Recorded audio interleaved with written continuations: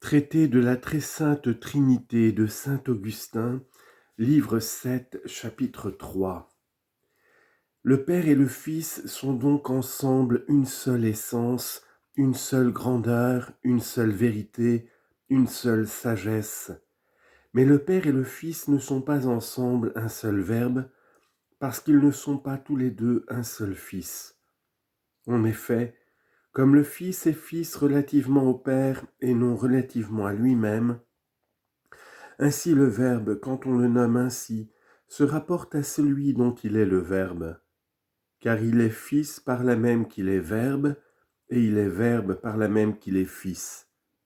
Donc, puisque le Père et le Fils ensemble ne sont évidemment pas un seul Fils, il s'ensuit que le Père et le Fils ensemble ne sont pas un seul Verbe des deux. Voilà pourquoi le Verbe n'est pas Verbe parce qu'il est sagesse, puisqu'il est nommé Verbe non par rapport à lui-même, mais seulement par rapport à celui dont il est le Verbe, comme il est nommé Fils par rapport à son Père, tandis qu'il est sagesse parce qu'il est essence. Et comme l'essence est une, la sagesse est une. Or comme le Verbe est sagesse, mais n'est pas Verbe parce qu'il est sagesse, car il est Verbe relativement et sagesse essentiellement, entendons, quand on dit Verbe, qu'on parle de la sagesse née pour être fils et image.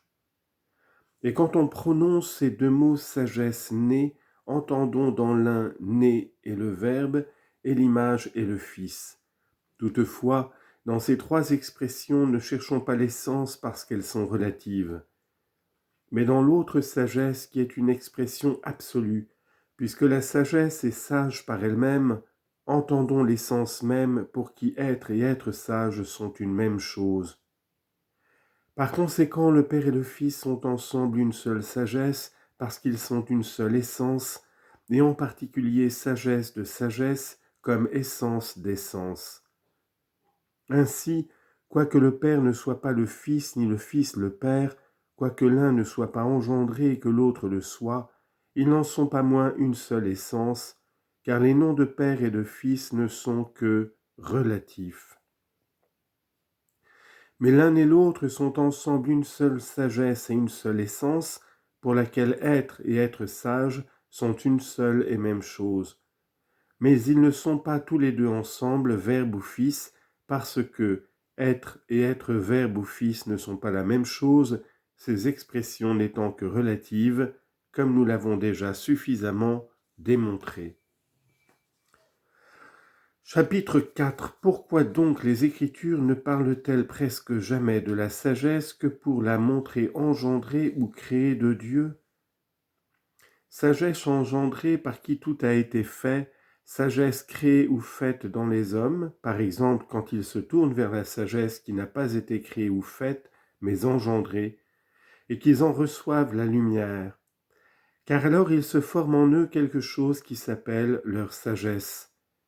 Ce que les Écritures elles-mêmes prédisent ou racontent quand elles disent que le Verbe s'est fait chair et il a demeuré parmi nous.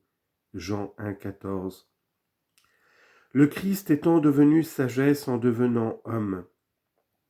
Et si la sagesse ne parle pas dans ses livres, ou si on n'y parle d'elle que pour montrer qu'elle est née ou créée de Dieu, quoique le Père lui-même soit sagesse, ne serait-ce pas pour nous recommander et proposer à notre imitation cette sagesse même sur le modèle de laquelle nous sommes formés ? Car le Père la nomme pour qu'elle soit son Verbe. Non, ce Verbe qui sort de la bouche s'exprime par un nom et demande de la réflexion, avant d'être prononcé, Verbe qui appartient à l'espace et au temps, tandis que l'autre est éternel, et en nous éclairant nous dit et de lui-même et de son Père ce qu'il faut dire aux hommes. Ainsi le Christ a-t-il dit, et nul ne connaît le Fils si ce n'est le Père, et nul ne connaît le Père si ce n'est le Fils, et celui à qui le Fils aura bien voulu le révéler. Matthieu 11, 27. Parce que le Père révèle par son Fils, c'est-à-dire par son Verbe. Si en effet la parole temporelle et transitoire que nous prononçons tout à la fois se manifeste elle-même et fait connaître l'objet dont nous parlons, À combien plus forte raison le Verbe de Dieu par qui tout a été fait. Il révèle le Père en tant que Père parce qu'il est la même chose qu'il est ce qu'est le Père, autant qu'il est sagesse et essence. Car en tant que Verbe, il n'est point ce qu'est le Père. Parce que le Père n'est pas Verbe, parce qu'il n'est lui-même appelé Verbe ou Fils que dans le sens relatif, ce que le Père n'est certainement pas. Et le Christ est appelé vertu et sagesse de Dieu, parce qu'il est lui-même vertu et sagesse du Père, qui est vertu et sagesse, comme il est lumière du Père qui est lumière, et source de vie en Dieu le Père, qui est certainement source de vie. Il est écrit, parce que la source de vie est en vous, et que nous verrons la lumière dans votre lumière. Psaume 35, verset 10. Et encore, car comme le Père a la vie en lui-même, ainsi il a donné au Fils d'avoir en lui-même la vie. Jean 5, 26.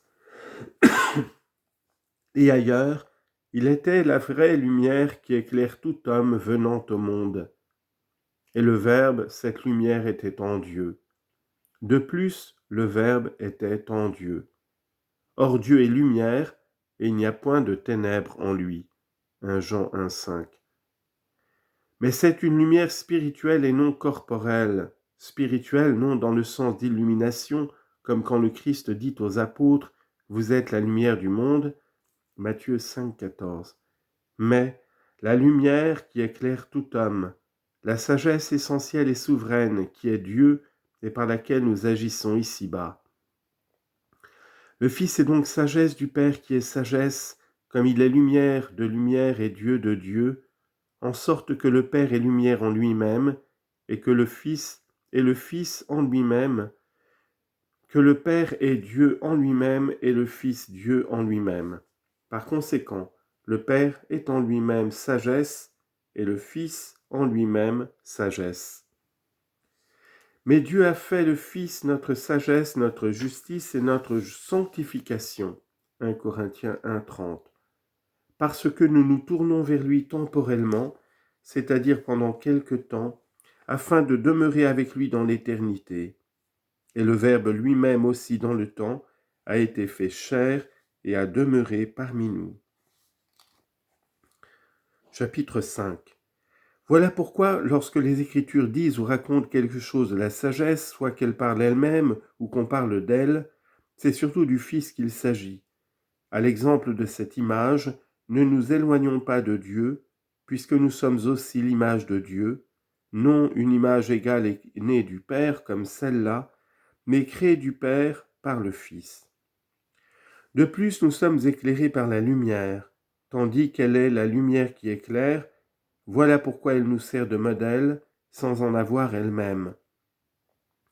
En effet, elle n'est pas formée sur quelque autre image antérieure du Père, de qui elle est absolument inséparable, étant la même chose que celui de qui elle est.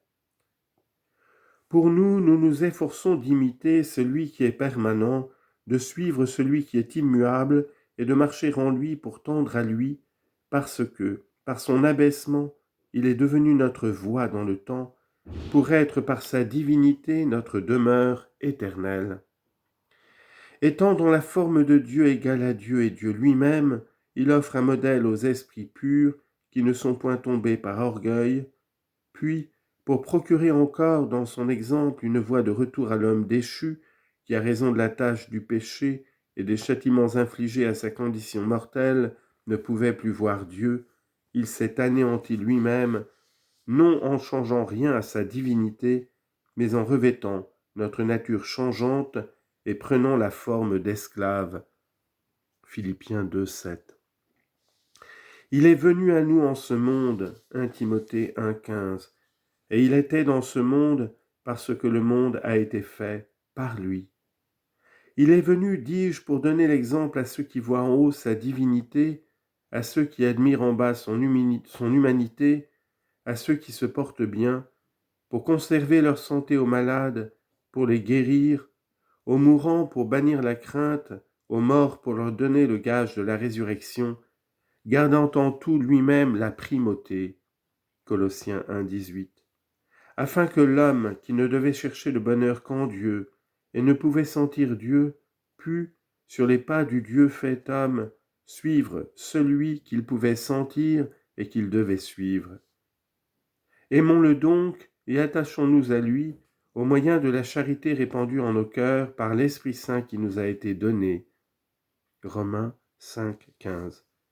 Ainsi, il n'est pas étonnant, après que l'image égale au Père s'est donnée à nous pour modèle, afin de nous réformer à l'image de Dieu, il n'est pas étonnant, dis-je, que quand l'Écriture parle de la sagesse, elle parle du Fils, que nous suivons en vivant sagement, bien que le Père aussi soit sagesse, comme il est lumière et Dieu.